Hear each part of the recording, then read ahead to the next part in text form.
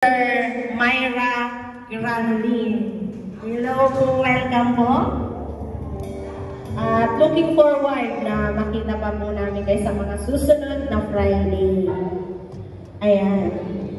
So, tayo po ba ay nagagalak sa araw na ito? Medyo... Maitanong ko lang mga kapatid, ano ba yung mga bagay na nakaka-excite sa atin? Yung nakakasabik? Na tayo ay nasasabik? Okay. Siguro lahat tayo ay may kinakasabikan na mga bagay. Pero sa araw na ito, ang pinakamahalagang kakasabikan natin ay ang katagpuin ang ating Diyos na buhay. Kung tayo nga ay na-excite sa mga bagay o kung sino man nagkakadagdagahanda tayo, nagagalak tayo, excited tayo, mas pa sa araw na ito dahil ang kakatagpuin natin ay ang King of all Kings, ang Lord of all Lords, ang ating Creator, ang ating Savior. Di po ba? So, ang Panginoon po ay natutuwa na nagsasama-sama ang kanyang mga anak para papurihan siya. At nakikitang nagmamahalan ang bawat isa. Sabi nga sa Bible, nakikita nga yung faith natin kay God kapag nakikita ang mga nanampalataya sa Kanya na nagmamahalan. Kaya tayo po ay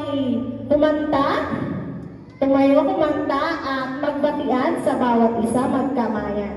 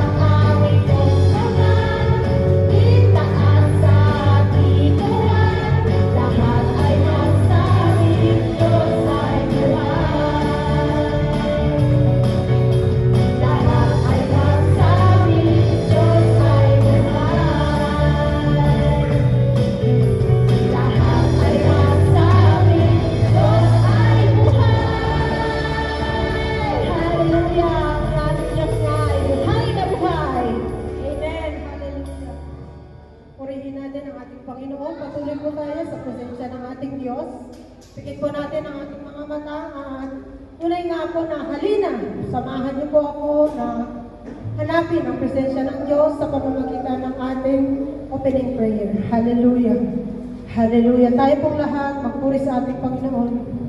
Hallelujah. Sinasamba ka namin, Panginoon. Dinadakila ka nga po, Panginoon. Kami nga po, Panginoon, ay may kagalakan na i-approach sa inyong trono ng biyaya, O Lord, sa gabi ito. Salamat, Panginoon, sa bawat anak mo na idinako mo sa lugar na ito na may kagalakan at may excitement, Panginoon, na makaharap ka, makanig ka, O Diyos. Hallelujah. Pero bago po kami tuluyang pumarap sa inyo, Panginoon, hayaan mo, Panginoon, na hingin namin ang iyong paglilinis, O Diyos. sa lahat ng mga pagkakamali namin, sa lahat ng mga kasalanan na nagawa namin, Panginoon, sa buong sanglinggo, at sa mga nakalipas pang mga oras, O Diyos. Tunay nga po, Panginoon, at Diyos ka na banal. Kaya karapat-dapat lamang, Panginoon, ang mga anak mo ay humarap sa inyo na may kabanalan at kalinisan, Panginoon.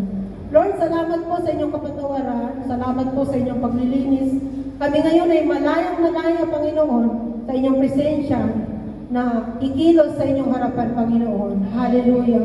Thank you, Father God, sa lahat ng kabutihan mo sa amin, Panginoon, na hindi nagmamaliw, hindi kumukupas, O Diyos. Maraming salamat, O Diyos, tunay at sapat, wagas ang iyong pagmamahal sa amin, Panginoon. Because every time, Panginoon, na kami magkakamali at ihingi po namin ito ng kapatawaran, Lord, malugod mo po kami tinatanggap, malugod mo po kaming niyayakap, O Diyos. Tunay nga po, Panginoon, na Diyos ka na napakadakila, O God. Hallelujah. Hindi po namin kayang tumbasan ang pagmamahal mo sa amin, Panginoon.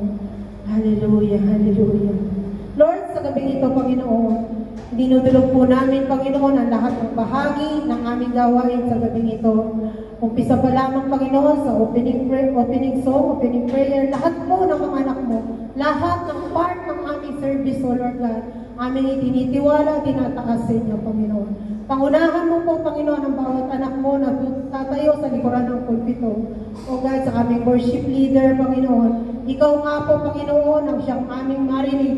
Ikaw nga po, Panginoon, ang aming makita, O Diyos. Ikaw ang mag-lead, Panginoon, sa aming kapatid na ito, Panginoon, na siyang gagamitin mo, Panginoon. Puspusin mo po siya ng iyong banal na spirito, as well, Panginoon, yung mga backup singers, maging ang aming mga instrumentalist, Panginoon. Pagpalain mo po ang bawat isa, O Diyos. Maging ang aming kapatid, Panginoon, na mag-aawitan, O Diyos. Ayun pa namin, i-prepare mo na po ang aming mga puso, Panginoon. Nawa, Panginoon, sa aming gagawin pag-aawitan sa gabing ito, Panginoon, bumaba po ang iyong presensya. Dahil sabi mo, Panginoon, kung nasan ang biyaya mo, nandun ang iyong presensya, O Lord. We claim it, Lord God, in Jesus' name. Lord, maging ang anak mo na gagamitin, na maghatid ng iyong mga salita. Panginoon, sa gabing ito, ang aming pastors, Pastor William Sogan. Prepare mo rin po, Panginoon, ang kanyang puso, Lord God. Ang kanyang mga labi, Panginoon, ang iyong nga po, pangunahan, i-anoint, Panginoon. Ikaw nga po ang magsalita sa pamamagitan niya. Gamitin mo lamang po siyang empty vessel, Panginoon. At tunay na mapagpala po kami, Panginoon, sa bawat salita mo na aming maririnig. Prepare mo rin po yung aming mga puso, Panginoon. Open our hearts, Panginoon. Yung po aming kaibuturan ng aming puso ay yung nga pong buksan, O Lord God. At tunay, Panginoon, na makinabang kami sa bawat salita mo na aming maririnig sa gabing ito, Panginoon. At magamit namin, Panginoon, sa lalong ikalalago ng iyong kaharian, O God. Maraming salamat, Panginoon, sa bawat isa na narito, O Diyos.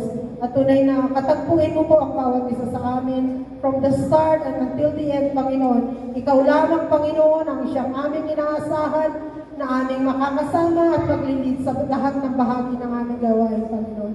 O Lord God, makaparangalan ka nga po namin ng buong puso, O Lord God. Ito nga po ang aming samad-dalangin na may pasasalamat at pagpapakumbaba. Lahat po'y magsabing Amen. Amen sa pangalan ni Jesus. Lord, hallelujah. Amen. Pwede po ba maupo muna tayo ng saglit lang? Nais ko lang po basahin ang Psalm 100. Shout for joy to the Lord, all the earth. Worship the Lord with gladness. Come before Him with joyful songs. Know that the Lord is God. It is He who made us, and we are His. We are His people, the sheep of His pasture. Enter His gates with thanksgiving, and His courts with praise. Give thanks to Him, and praise His name. For the Lord is good, and His love endures forever. His faithfulness continues through all generations. Napaka-gandang declaration po ito ng attributes ng ating Panginoon.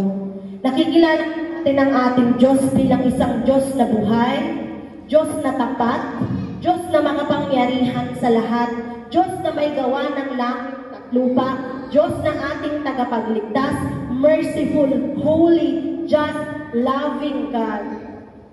Sa pagkakakilala po natin sa ating Diyos na ito po ang ating magiging response sa Kanya. That we will worship Him in spirit and in truth. And we will give all our best. Sa pinaka-best na kaya natin, Lord, natin na mga anak niya, na naiintindihan natin na He is worthy to be praised. Amen po ba mga kapatid? So tayo po ay tumayo at ialay ang ating pag-awit, ang ating pagpuri, at ang ating pagsamba sa ating nag-iisang Diyos. Because our God is good. And let's give Him thanks for all the things He has done for us. Come on, church! Let's clap our hands to the Lord!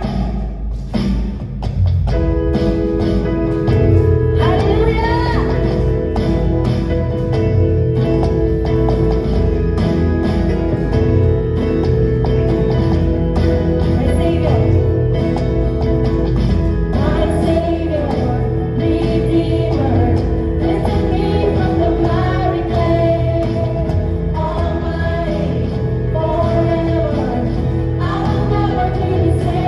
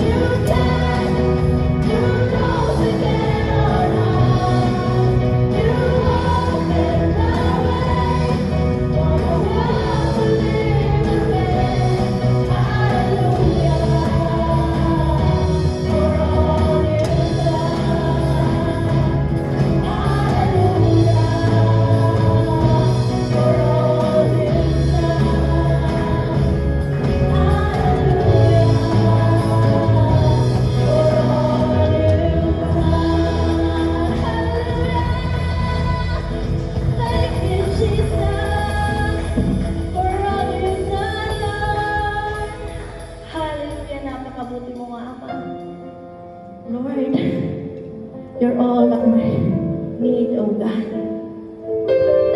Thank you that we have you, Jesus, that we have confidence in you, that we will remain still, whatever problem we will face, whatever we will struggle, because we know, oh God, that we are like sheep under the wings of a hen, Lord God. We are at peace